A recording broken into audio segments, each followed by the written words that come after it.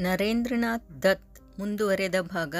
ವಿಶ್ವನಾಥ್ ದತ್ತರು ಹೇಳಿದರು, ತುಂಬ ಜನರನ್ನು ಆಮಂತ್ರಿಸಲಿಕ್ಕೆ ಇದೆ. ನನ್ನ ಒಬ್ಬ ಕ್ಲೈಂಟ್ ಇದ್ದಾರೆ, ಮುಘಲ್ ಮಹಿಳೆ. ಅವರ ಅಡುಗೆಯವನೇ ಬರುತ್ತಾನೆ. ಅವನು ಮುಘಲ್ ಪದ್ಧತಿಯಲ್ಲಿ ಅಡುಗೆ ಮಾಡುತ್ತಾನೆ. ಭುವನೇಶ್ವರಿ ದೇವಿ ಹೇಳಿದರು, ನಿಮ್ಮ ಭೋಜನ ಕೂಟದಲ್ಲಿ ಏನೇನು ಅಡುಗೆ ಮಾಡುತ್ತಾರೆ? ಅತಿಥಿಗಳಲ್ಲಿ ಕೇವಲ ಮಾಂಸಾಹಾರಿಗಳೇ ಇರೋದಿಲ್ಲ ಅಲ್ಲ? ಇಲ್ಲ, 2 ತರಹದ ಅಡುಗೆ ಮಾಡಿಸಲಾಗುತ್ತದೆ. ಎಲ್ಲ ವೈಷ್ಣವರು ಬರುತ್ತಾರೆ. ಅದಕ್ಕೆ ಜನ ಹೇಳ್ತಾರೆ, ನೀವು ಹಿಂದೂ ಶಾಸ್ತ್ರದ ಅನಾದರ ಮಾಡುತ್ತೀರಿ ಅಂತ. ಅವರೆಲ್ಲ ಹಿಂದೂ ಶಾಸ್ತ್ರಗಳನ್ನು ಓದಿ ಅಧ್ಯಯನ ಮಾಡಿ ಅರ್ಥ ಮಾಡಿಕೊಂಡು ಜೀವನದಲ್ಲಿ ಅಳವಡಿಸಿಕೊಂಡಿರೋ ಹಾಗೆ ಮಾತನಾಡುತ್ತಾರೆ. ಅವರೆಲ್ಲರ ವಿಚಾರವನ್ನು ಸ್ವೀಕಾರ ಮಾಡೋದಾದರೆ ಇದನ್ನು ಸ್ವೀಕಾರ ಮಾಡಬೇಕಾಗುತ್ತದೆ. ಭಗವಂತ ಕೇವಲ ಭಾರತವರ್ಷವನ್ನೇ ಮಾಡಿದ್ದಾನೆ ಮತ್ತು ಬೇರೆ ದೇಶಗಳನ್ನೆಲ್ಲ ಬೇರೆ ಯಾರದೋ ಸೃಷ್ಟಿಯಾಗಿದೆ ಮತ್ತು ಹಿಂದೂ ದೇವರು ಕೇವಲ ಹಿಂದೂಗಳನ್ನಷ್ಟೇ ಮಾಡಿದ್ದಾನೆ. ಭುವನೇಶ್ವರಿ ದೇವಿ ನಕ್ಕು ಹೇಳಿದರು, ಹೌದು, ಅವನೇಕೆ ಬೇರೆಯವರನ್ನು ಮಾಡ್ತಾನೆ? ಇದಂತೂ ನಾಸ್ತಿಕರ ಚಿಂತನೆ ಆಗಿದೆ. ಯಾರು ಭಗವಂತನು ಸರ್ವಶಕ್ತಿಮಾನ ಅಂತ ಅಂದುಕೊಳ್ಳುವುದಿಲ್ಲ, ಅವರ ಚಿಂತನೆಯಾಗಿದೆ. ನಾನಂತೂ ಶುದ್ಧ ರೂಪದ ಆಸ್ತಿಕ ಹಿಂದೂ ಆಗಿದ್ದೇನೆ. ಆದ್ದರಿಂದ ಶ್ರೀಕೃಷ್ಣನ ಈ ಉಕ್ತಿಯನ್ನು ಒಪ್ಪುತ್ತೇನೆ. ಅದರಲ್ಲಿ ಅವನು ಹೇಳಿದ್ದಾನೆ, ಎಲ್ಲ ಮಾರ್ಗಗಳು ಅವನ ಹತ್ತಿರವೇ ಕರೆದುಕೊಂಡು ಹೋಗುತ್ತವೆ. ಅವರೆಲ್ಲ ಅವನದೇ ಅಂಶ ಮತ್ತು ಅವನೇ ಮಾಡಿದ ಜೀವಿಗಳು. ಮಾನವರನ್ನು ಸಂಪ್ರದಾಯದ ಆಧಾರದ ಮೇಲೆ ವಿಭಜಿಸಲು ಆಗುವುದಿಲ್ಲ. ಅದಕ್ಕೆ ನಾನು ಅಸ್ಪೃಶ್ಯತೆಯನ್ನು ಒಪ್ಪುವುದಿಲ್ಲ. ಗೊತ್ತಿದೆ, ಯಾರಿಗೆ ಗೊತ್ತಿಲ್ಲ? ಧರ್ಮದ ಸಂದರ್ಭದಲ್ಲಿ ನೀವು ಸಮತಾವಾದಿ ಅಂತ. ಕೃಷ್ಣ ಹೇಳ್ತಾನೆ, ನೀನು ಕರ್ಮ ಮಾಡು, ಫಲ ನಾನು ಕೊಡುತ್ತೇನೆ.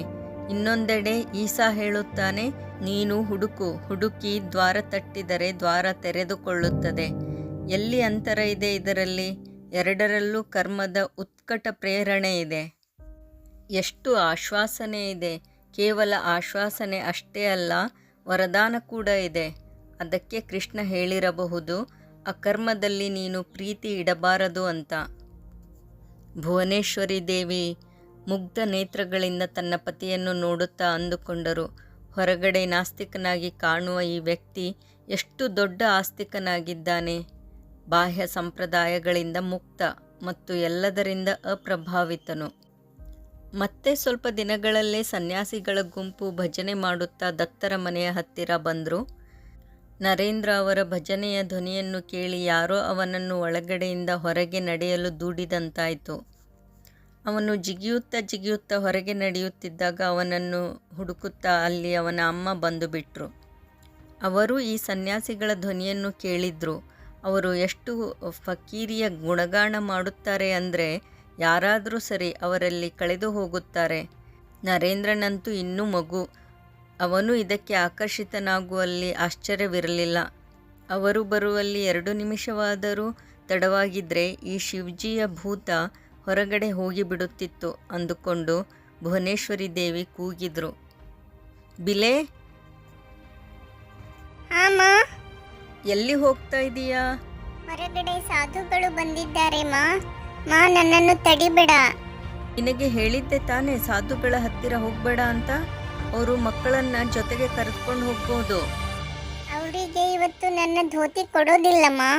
ಅವನ ಕೈ ಹಿಡಿದು ಒಳಗೆ ಎಳೆದುಕೊಂಡು ಹೋಗುತ್ತಾ ಹೇಳಿದ್ರು, ಧೋತಿಯನ್ನಂತೂ ನೀನು ಕೊಡೋದಿಲ್ಲ. ನಿನ್ನದೇನು ಭರವಸೆ? ನೀನಂತೂ ನಿನ್ನ ಮನಸ್ಸನ್ನೇ ಕೊಟ್ಟು ಬಿಡುತ್ತೀಯೋ ಏನೋ. ಏನು ಕೊಡುತ್ತೇನೆಮ್ಮ? ಅವನನ್ನ ಎಳೆದುಕೊಂಡು ಮೇಲಿನ ಕೊಠಡಿಗೆ ಕರೆದುಕೊಂಡು ಹೊರಟ್ರು.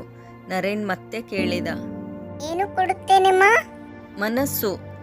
ಅದನ್ನು ಹೇಗೆ ಕೊಡಲು ಆಗುತ್ತದೆಮ್ಮ? ನೀನು ತಿಳಿದುಕೊಳ್ಳುವ ಅವಶ್ಯಕತೆ ಇಲ್ಲ. ಮೇಲೆ ಏಕೆ ಹೋಗಬೇಕು ಮಾ? ಅವರಂತೂ ಕೆಳಗೆ ಇದ್ದಾರೆ. ಅವರು ಕೆಳಗೆ ಇದ್ದಾರೆ, ಆದರೆ ನೀನು ಮೇಲೆ ನಡಿ, ಕಿಟಕಿಯಿಂದ ನೋಡು. ಅವನಿಗೆ ಏನೂ ಗೊತ್ತಾಗದೆ ಅವರನ್ನು ಕಿಟಕಿಯಿಂದ ನೋಡಲು ಉತ್ಸುಕತೆಯಿಂದ ಓಡಿ ಹೋದ ಮತ್ತು ಕಿಟಕಿಯಿಂದ ಆಚೆ ನೋಡತೊಡಗಿದ. ಈ ಕಡೆ ಭುವನೇಶ್ವರಿ ದೇವಿ ಹೊರಗಡೆಯಿಂದ ಸಾವಕಾಶವಾಗಿ ಬಾಗಿಲು ಹಾಕಿ ಕೊಂಡಿ ಹಾಕಿದರು. ಸಾಧುಗಳು ತಮ್ಮ ಭಜನೆಯನ್ನು ಪೂರ್ಣಗೊಳಿಸಿ ಕೂಗಿದ್ರು, ಮನೆಯಲ್ಲಿ ಯಾರೂ ಇಲ್ವಾ? ಸಾಧುಗಳಿಗೆ ಸ್ವಲ್ಪ ದಾನ ಸಿಗಲಿ. ಅಲಖ್ ನಿರಂಜನ್. ಆದರೆ ಒಳಗಿಂದ ಯಾರೂ ಹೊರಗೆ ಬರಲಿಲ್ಲ. ಅದರಲ್ಲಿ ಒಬ್ಬ ಸಾಧು ಜೋರಾಗಿ ಕೂಗಿದ, ಎಲ್ಲಿದ್ದೀರಿ ಸ್ವಾಮಿ? ಯಾಚಕರಿಗೆ ಸ್ವಲ್ಪ ದಾನ ಸಿಗಲಿ. ನರೇಂದ್ರ ತಿಳಿದುಕೊಂಡ, ಈ ಸಾಧುವಂತೂ ತನ್ನನ್ನೇ ಕರೀತಾ ಇದ್ದಾನೆ ಅಂತ. ಬಹುಶಃ ಯಾರಿಗೆ ತನ್ನ ಧೋತಿ ಕೊಟ್ಟಿದ್ದ ಅದು ಇದೇ ಸನ್ಯಾಸಿ ಆಗಿರಬೇಕು. ನರೇಂದ್ರ ಕಿಟಕಿಯಿಂದ ಚೀರಿದ, ನಾನು ಇಲ್ಲಿದ್ದೇನೆ ಸಾಧು ಬಾಬಾ, ಏನು ಬೇಕು? ಸ್ವಾಮಿಗೆ ಏನು ಇಷ್ಟವೋ ಅದನ್ನು ಕೊಡಿ. ಭಿಕ್ಷುಕನಂತೂ ಭಿಕ್ಷೆಯನ್ನೇ ಕೇಳುತ್ತಾನೆ. ಸಾಧು ಬಾಬಾ, ನಾನು ಕೆಳಗೆ ಬರಲು ಆಗುವುದಿಲ್ಲ. ಮಾ ನನ್ನನ್ನು ಕೋಣೆಯೊಳಗೆ ಬಂಧಿಸಿ ಇಟ್ಟಿದ್ದಾಳೆ. ಸನ್ಯಾಸಿ ನಕ್ಕು ಹೇಳಿದ, ಸ್ವಾಮಿಯೇ ಇಷ್ಟೊಂದು ಅಸಹಾಯಕರಾಗಿದ್ದಾಗ ಯಾಚಕನೇನು ಮಾಡಬೇಕು? ಈ ಪ್ರಶ್ನೆ ನರೇನ್ಗೆ ಒಂದು ದೊಡ್ಡ ಆಘಾತವಾಗಿತ್ತು ಮತ್ತು ಹೇಳಿದ, ನಿಲ್ಲಿ, ನಾನು ಈಗಲೇ ಕೊಡ್ತೇನೆ.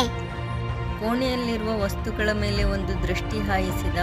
ಕೋಣೆಯಂತೂ ವಸ್ತುಗಳಿಂದ ತುಂಬಿ ತುಳುಕ್ತಾ ಇತ್ತು. ಇದೆಲ್ಲ ಯಾರಿಗೋಸ್ಕರ? ಇಲ್ಲಿಯವರೆಗೂ ಯಾರಿಗೂ ಇವುಗಳ ಅವಶ್ಯಕತೆಯಂತೂ ಇರಲಿಲ್ಲ. ಮತ್ತು ಹೊರಗಡೆ ಸಾಧುಗಳು ನಿಂತಿದ್ರು. ಅವರ ಹತ್ತಿರ ಏನೂ ಇಲ್ಲ. ಇವೆಲ್ಲ ಅವರ ಉಪಯೋಗಕ್ಕೆ ಬರಬಹುದು. ಮತ್ತೆ ನಿಶ್ಚಯ ಮಾಡಿಕೊಂಡು ಹಗ್ಗದ ಮೇಲೆ ಹಾಕಿರುವ ಬಟ್ಟೆಗಳನ್ನು ಒಂದೊಂದಾಗಿ ಕಿಟಕಿಯಿಂದ ಆಚೆ ಎಸೆಯಲು ಶುರು ಮಾಡಿದ. ಬಟ್ಟೆಗಳು ಮುಗಿದ ನಂತರ ಅಲ್ಲಿ ಇಟ್ಟಿರುವ ಚಾದರಗಳನ್ನು ಎಸೆಯಲು ಶುರು ಮಾಡಿದ. ನಂತರ ಉನ್ಮಾದ ಏರಿದ ಹಾಗೆ ಅವನ ಕೈಗೆ ಏನು ಸಿಗುತ್ತದೆಯೋ ಅದನ್ನೆಲ್ಲ ಎಸೆಯಲು ಶುರು ಮಾಡಿದ. ತೆಗೆದುಕೊಳ್ಳಿ, ಯಾರಿಗೆ ಏನು ಬೇಕೋ ಅದನ್ನು ತೆಗೆದುಕೊಳ್ಳಿ. ಸನ್ಯಾಸಿಗಳು ಆಶ್ಚರ್ಯದಿಂದ ಮೇಲೆ ನೋಡಿದರು ಮತ್ತು ಭುವನೇಶ್ವರಿಯವರಿಗೆ ತಮ್ಮ ತಪ್ಪಿನ ಅರಿವಾಯಿತು. ಅವನನ್ನು ಹೀಗೆ ಬಂಧಿಸುವ ಬದಲಾಗಿ ನಾನೇ ಅವನ ಕೈ ಹಿಡಿದುಕೊಂಡು ಅವರ ಹತ್ತಿರ ಹೋಗಿ ಏನಾದರೊಂದು ಭಿಕ್ಷೆ ಕೊಡಬೇಕಾಗಿತ್ತು ಅಂದುಕೊಂಡರು. ಅವನ ಮೇಲೆ ಶಾಸನ ಮಾಡಲು ಆಗುವುದಿಲ್ಲ ಮತ್ತು ಅವನ ಕ್ರೋಧವಂತೂ ವೀರಭದ್ರನ ಕ್ರೋಧದ ಹಾಗೆ ಅದಮನೀಯವಾಗಿದೆ. ಅವನಿಗೆ ಪ್ರೀತಿಯಿಂದ ಅರ್ಥ ಮಾಡಿಸಬಹುದು, ಆದರೆ ತಡೆಯಲು ಸಾಧ್ಯ ಇಲ್ಲ.